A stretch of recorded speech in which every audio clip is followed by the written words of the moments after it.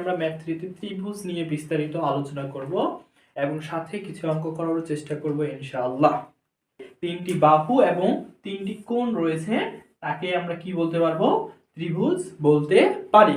ঠিক আছে, বিষম বাহু মানে হচ্ছে তিনটা বাহুই অসমান, তাহলে যে ত্রিভুজের তিনটা বাহু অসমান সেটা হচ্ছে বিষম বাহু ত্রিভুজ। সমবাহু, সম মানে হচ্ছে সমান, বাহু মানে হচ্ছে বাহু, তার মানে সমান বাহু হচ্ছে কি হবে? তিনটাই সমান হবে, তার মানে যে ত্রিভুজের তিনটা বাহু সমান সেই ত্রিভুজটাকে আমরা বলবো সমবাহু ত্রিভুজ। তারপরে আসি সমদ্বিবাহু ত্রিভুজ। সমদ্বিবাহু ত্রিভুজ হচ্ছে সম মানে সমান, দ্বি মানে হচ্ছে দুইটা, বাহু মানে হচ্ছে বাহু, তার মানে দুইটা বাহু, যে ত্রিভুজের দুইটা বাহু সমান সেই ত্রিভুজকে আমরা বলবো সমদ্বিবাহু ত্রিভুজ।